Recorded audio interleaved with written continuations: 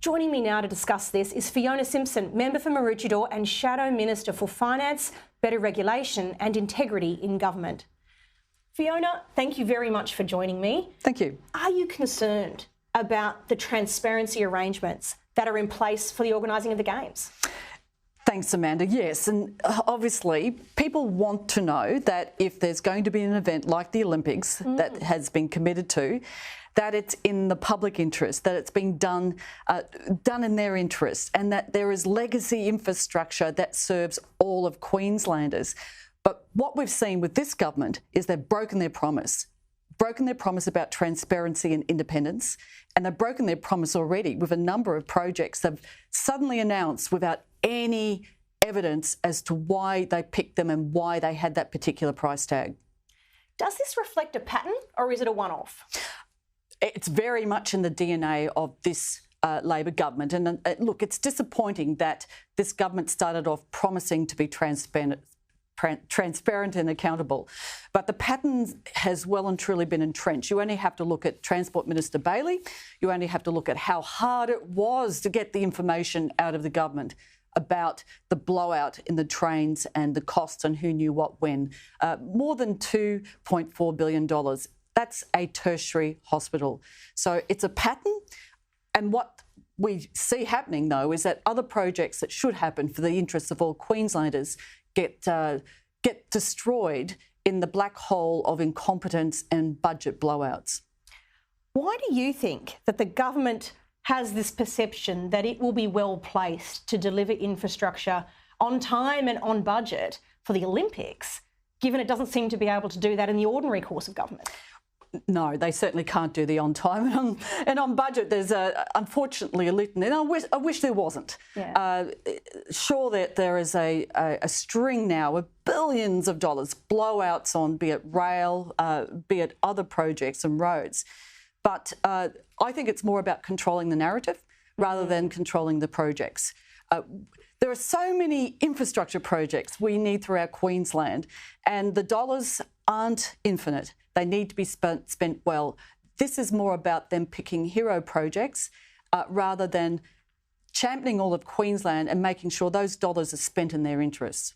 So it's about spin and media messaging rather than substance. Absolutely. And why would you go to the ends they have to bury so many of these projects under a false claim that they've had an independent consultant do something? Look, this should be independent. There should be an independent oversight. There should be transparency. There should be clarity about when they're going to come forward with some of these projects and why these decisions have been made.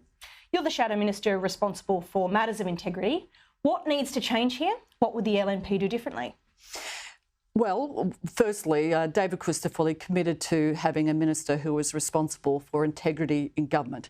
But that is a responsibility of everybody. And inherently, transparency, accountability, checks and balances on how decisions are made, that matters.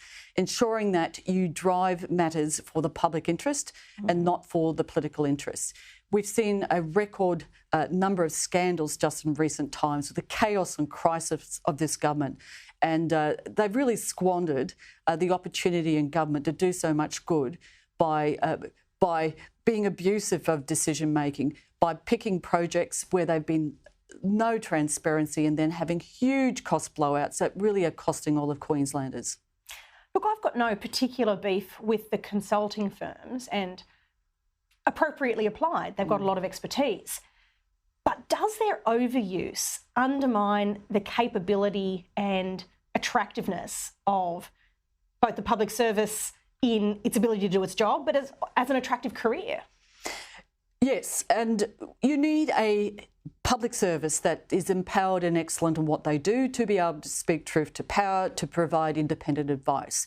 You don't need a public service that finds that the government has conveniently outsourced their decision-making to very, very lucrative contracts.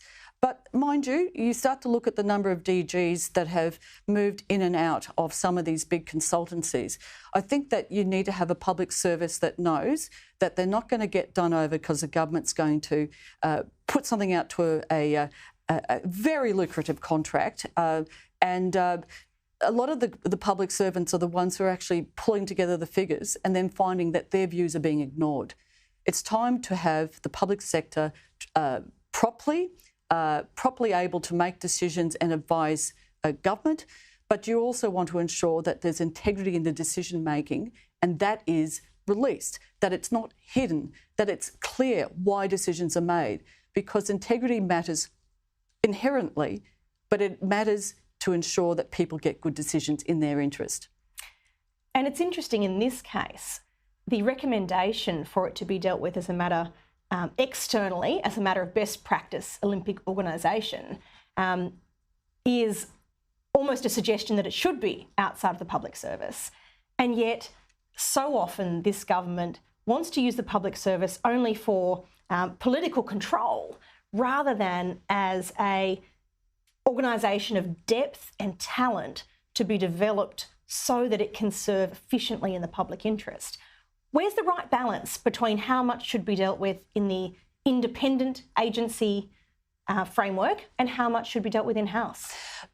Look, that's a very fair point to make, but I think the issue here is it's still the government that's making the policy decisions. Regardless of who they farm out some of the work to, it's the government that makes the decisions. And I think that what they've been doing is trying to hide how those decisions are being made, and that's the real issue.